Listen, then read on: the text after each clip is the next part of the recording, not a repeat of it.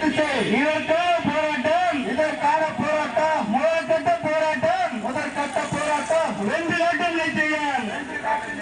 2 லட்சம் நிச்சயம் ஓய்வு பெற்ற பணியாளருக்கு நிதி பலன்கள் வழங்குகிறேன் இதற்கான போராட்டம் முதற்கட்ட போராட்டம் அமல்படுத்து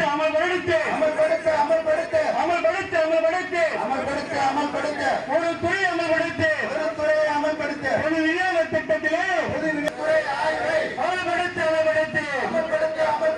இதற்கான போராட்டம் தோட்டவில்லை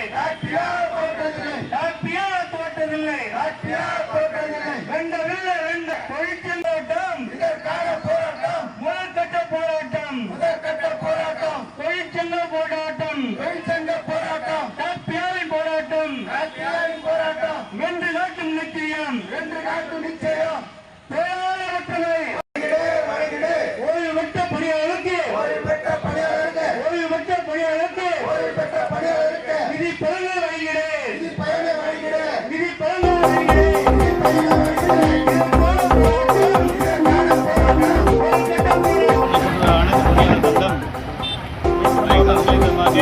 மாநில அளவில் அறிவித்துள்ள 3 கோரிக்கைகளை வலியுறுத்தி இன்று மாநில அளவில் கோரிக்கை ஆர்ப்பாட்டம் நடைபெறுகின்றது. அதன் வாயிலாக இன்று விழுப்புரம் மாவட்டத்தில் 158 தொடக்க வேளாண்மை கூட்டுறவு சங்கங்களும் சுமார் 1200 ரேட்டுக்கடை பணியாளர்களும் விழுப்புரம் மாவட்டத்திலே ஈடுபட்டுள்ளோம். இதனால் மாவட்டம் முழுவதும் உள்ள கிராமங்களில் உள்ள அனைத்து ரேட்டு கடைகளிலும் மூடப்பட்டுள்ள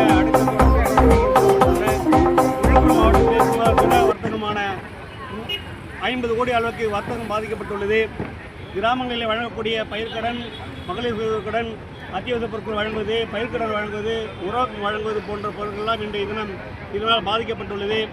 எங்களுடைய 15 அம்ச கோரிக்கையிலே விற்பனையாளருக்கு தாய்மாட திட்டத்திலே உள்ள குறைகளை களைய வேண்டும், ஊதிய உள்ள நிபந்தனைகளை ரத்து செய்ய வேண்டும், தொலைதூரத்தில் உள்ள பணியாளர்களை அருகாமையில் உள்ள சங்கத்திலும் அருகே உள்ள வியாபாரங்களில் பணியமர்த்தம் செய்ய வேண்டும் மற்றும் உள்ள வாக்கின் முறைகளை அமல்படுத்த வேண்டும், ஒரு துறையை அமல்படுத்த வேண்டும் என்ற கோரிக்கைகளை வலியுறுத்தி இன்று தமிழகம் முழுவதும் அனைத்து மாவட்டங்களிலே பேரணியாகவும் கோரிக்கை ஆர்ப்பாட்டம் நடைபெற்று வந்துள்ளன.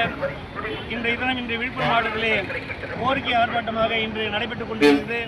இந்த விழுப்புரம் மாவட்டத்திலே சுமார் 152 தொடக்க கூட்டுறவு சங்கங்களும் சுமார் 1200 ரேஷன் கடை பணியாளர்களும் மற்றும் அனைவரும் இந்த பாடத்திலே ஒட்டுமொத்தமாக கலந்து கொண்டுள்ளோம் என்பதை விழுப்புரம் மாவட்டத்தின் செயலாளர் அனந்த் நான் தெரிவித்துக் கொள்கிறேன். நன்றி, வணக்கம்.